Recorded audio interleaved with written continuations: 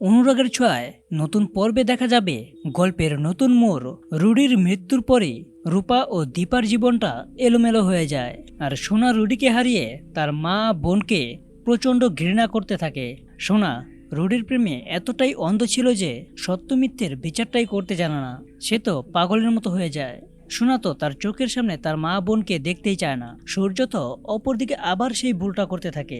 তার মেয়েকে বোঝাতে না পেরে সে দীপাকেই নিজের জীবন থেকে সরিয়ে দেয়। আর ঠিক সেখান থেকেই দীপা ও সূর্যের পথটা আলাদা হয়ে যায়।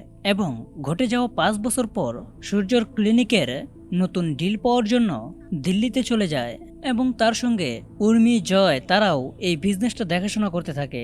অপরদিকে ভাগ্যক্রমে সূর্য যার সঙ্গে ডিলটা করতে চাচ্ছে সে আসলে অন্য কেউ নয়, সেই লোকটা হলো দীপা। দীপা তাদের এই অপবাদ সহ্য করতে না পেরে রূপা কৃষ্ণকে নিয়ে দীপা নতুন এক শহরে চলে যায়। এমনকি তারা সেই শহরের নামিদামি বিজনেসম্যানও হয়ে যায়।